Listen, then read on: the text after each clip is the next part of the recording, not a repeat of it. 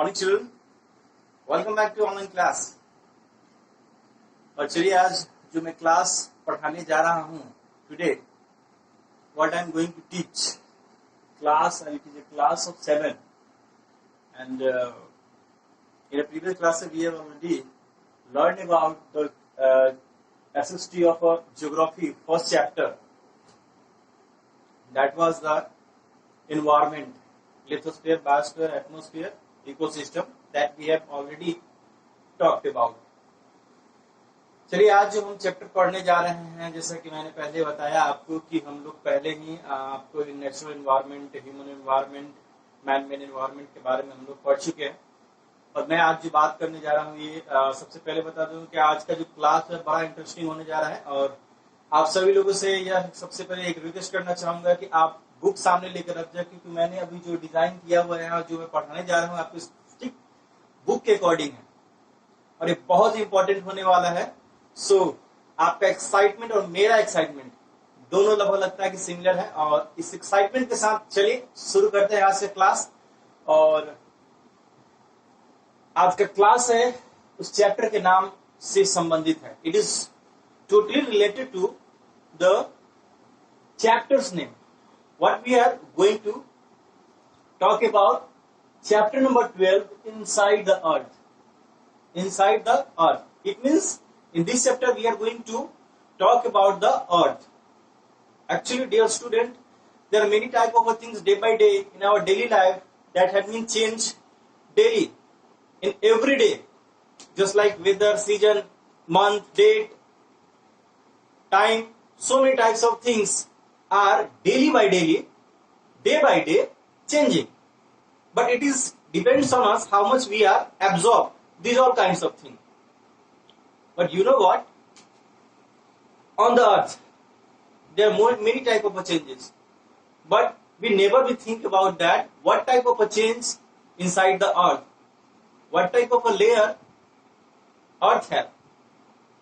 हम ये नहीं सोच पाते कि हमारा अर्थ के ऊपर इतना जो है वह चेंजिंग हो रहा है, क्या अर्थ के नीचे भी इतना चेंजिंग हो रहा होगा? Yes, obviously. About 5 million ago when the earth was beginning to start, there was nothing, कुछ था नहीं, but after that there are many type of changes. अगर बात करते हैं हिस्ट्री की, if we are talking about the history, तो इसे समझने के लिए हमें हिस्ट्री समझना होगा, प्री हिस्ट्री समझना पड़ेगा, और इंडियन हिस्ट्री को 3 में डिवाइड किया गया, that is what the ancient, medieval and the modern. That was quite very efficient to understand the medieval history, the ancient history and the modern history. तो हमें चीजों को जान पाना, समझ पाना आसान हो जाएगा। And also we have so many type of resources that help us to know about that what kind of history we are reading. In a previous class, one student had asked me that what is the difference between the medieval period and medieval age. Dear student, before I am going to start this class, I just wanted to sort out this problem regarding the age and the period. पिछली कक्षा में मेरे एक student ने मेरे से पूछा था कि medieval period और medieval age में क्या अंतर है। Actually, there are only a few differences in age as a period and period. If we are talking about the period and if we are talking about the age means ayu. It means if we are talking about the ancient age, medieval age, Paleolithic age, stone age, it means age means dark.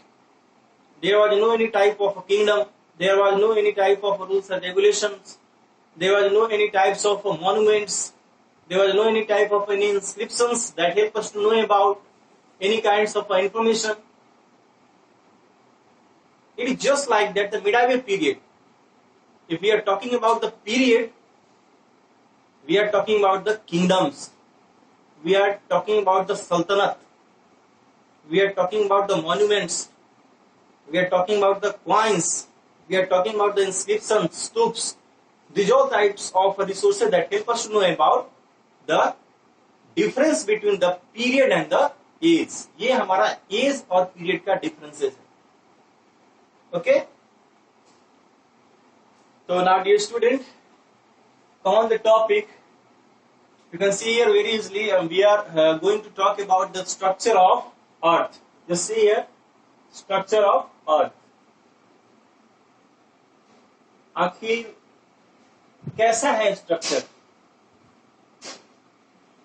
देखिए, earth is like, have you seen onion? Onion आपने कभी देखा हुआ?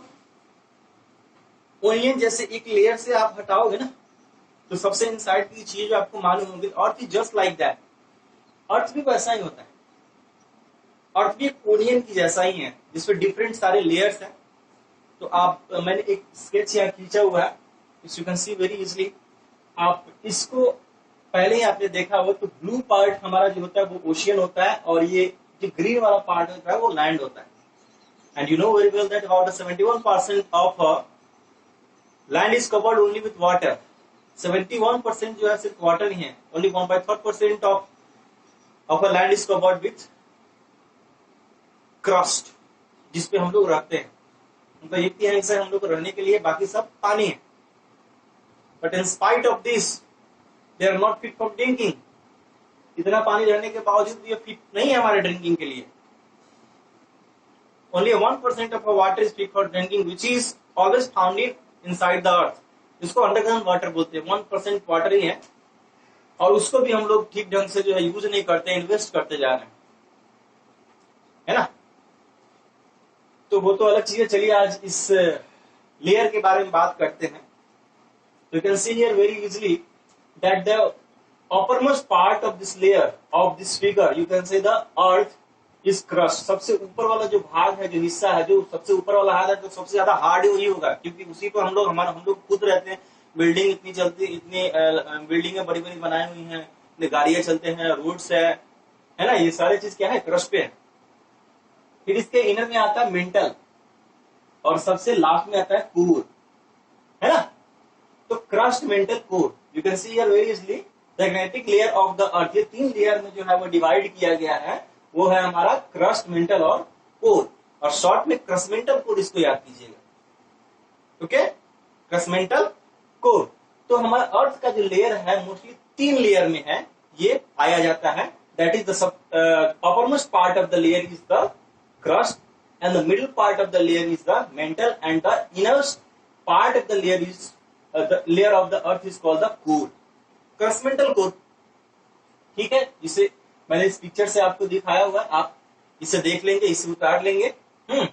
और जो अभी मैं topic आपको क्लियर करने वाला हूं वो है हमारा crust. Today our first topic is crust. Crust, आखिरकार क्रस्ट होता क्या है? देखिए, crust is the uppermost part और अपरमोस्ट लेयर ऑफ द अर्थ.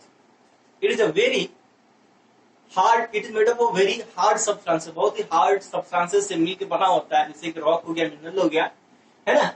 इसी से मिलकर हमारा यह बना होता है. It consist of a continent and the ocean. इसी पे हमारा क्या है? कॉन्टिनेंट है, ओशियन है.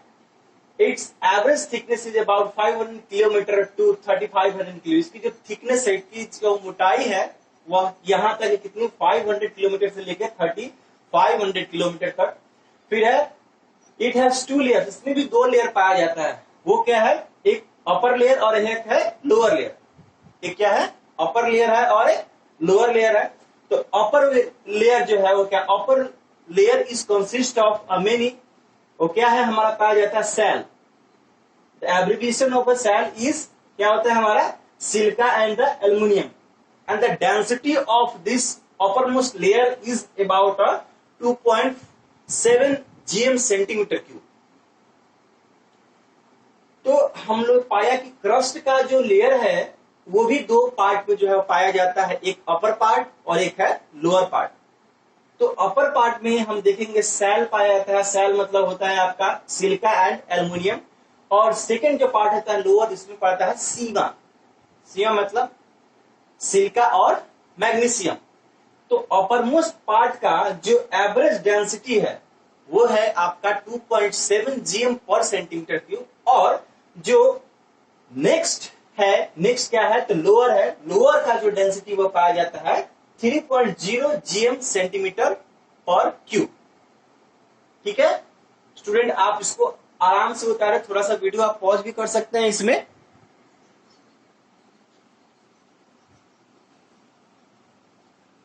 Now come on the topic of second, we will talk about second topic। आज हम दूसरे टॉपिक पे अब हम बात करेंगे, वो है हमारा मेंटल।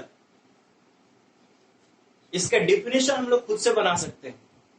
डेफिनेशन अगर आप खुद से बनाना चाहो खुद से बना सकते हो, अगर रटना चाहोगे तो आप रटोगे तो 2 दिन के लिए रहेगा आपके पास, 1 वीक के लिए रहेगा आपके पास, 1 मंथ के लिए रहेगा, इसलिए रटना नहीं है। आप इस फिगर को देखो, I already talk about that. मैंने पहले ही आपको बात में बता चुका है कि अपर पार्ट, कि सबसे अपर मोस्ट पार्ट होता है उसको क्रस्ट बोलते हैं। And what is the second part? It means the mantle is the second part. The mantle is the second part of the, या सेकेंड लेयर ऑफ द अर्थ।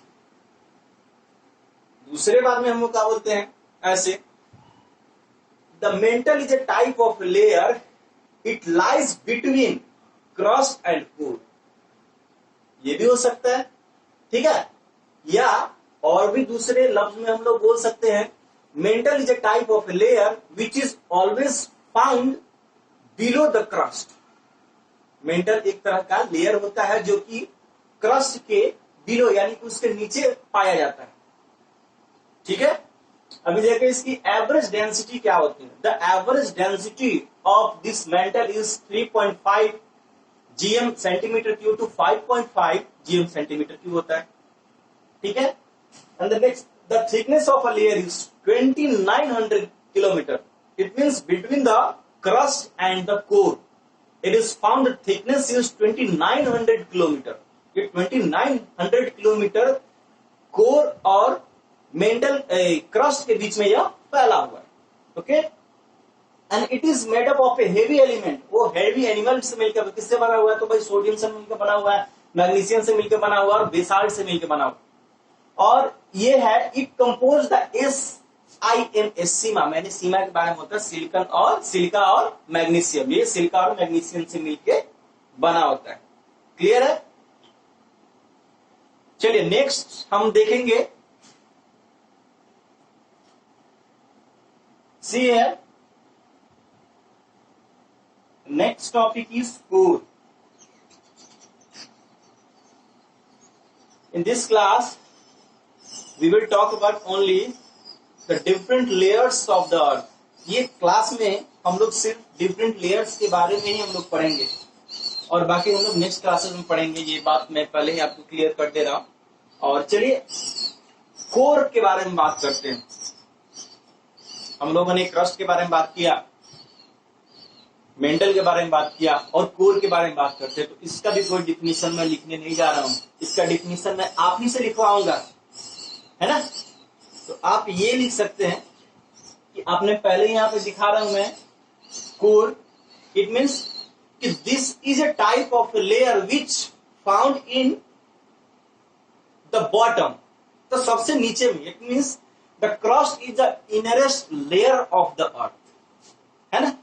या इसको ये भी बोल सकते हैं, a crust is a type of layer which is below the mantle, है ना। तो आप देख रहे हो क्रस्ट पर सबसे ज्यादा भारी चीज रह रहा है, फिर उसके बाद प्रेशर पड़ता है मेंटल पर, और सबसे ज्यादा जो प्रेशर पड़ता है वो किस पे पड़ता है? कोर पे पड़ता है। क्रस्ट, मेंटल और कोर पे पड़ता है। और कोर पे पड़ता है तो आप जान ही सकते हैं कि बहुत सारी चीजें होती हैं भाई। क्या होती हैं? वोल्केनो होती है, अर्थक्वेक होती है, so many types of changing inside the earth. Voltage magma lava निकलता है अंदर से, वोल्केनो हो जाता है। Okay, now see here, it extend 2900 kilometre to 6400 kilometre. जैसे कि हम लोगों ने बताया था, पढ़ा था आपको मेंटल के बारे में कि उसका जो थिकनेस है 2900 किलोमीटर है। तो इसका 2900 किलोमीटर से लेकर के 6400 किलोमीटर तक पाया जाता है। ठीक है, और देखिए the density of a core is 9.9 to 13 kilometre GM centimetre cube इसका पाया जाता है। जिसका रेडियस होता है 3500 kilometre and it is a mainly made up of the nickel and iron. Nickel and iron, तो ये किससे पाया जाता है? निकेल और आयरन से। और कोर जो है वो तो पहले ही बताया कि सबसे ज्यादा प्रेशर होगा, तो सबसे ज्यादा प्रेशर के कारण भी यही सभी सारी चीजें जो है वही चेंजिंग आएंगे। और यही जो सबसे इनरेस्ट पार्ट का जो लेयर होता है, मैंने जो बात की अभी कोर का, तो कोर का जो इनरेस्ट पार्ट का जो लेयर होता है, इस पर सबसे ज्यादा प्रेशर होता है ना। क्योंकि आपको मैं बताऊं कि क्रस्ट प्रेशर डालता है मेंटल पे, मेंटल पे प्रेशर डालता है ये कोर पे। तो चलिए आप हम लोग देखेंगे इसके बारे में। अब नेक्स्ट क्लास में हम लोग और भी टॉपिक को डिटेल करेंगे, अपने रॉक्स के बारे में, मिनरल्स के बारे में बातें करेंगे। तब तक के लिए इस क्लास को यहीं ओवर रहने दीजिए, और फिर आगे आप लोग जितने क्वेश्चंस अगर डिटेल हो पाएंगे आप लोग क्वेश्चंस को कर लेंगे। कमेंट करना मत भूलिए, क्योंकि कमेंट से हमें और भी पता चलता रहता है, और थोड़ा हम लोग भी इनकरेज होते, बूस्टअप होते हैं कि हमने जो पढ़ाया है वो सही पढ़ाया है कि नहीं। और इस चीज को आप लोग ध्यान रखें, घर पे रहें, सुरक्षित रहें, कोरोना से बचे, खुद को बचे और दूसरों को भी हिदायत दे बचने के लिए। तब तक के लिए जय हिंद,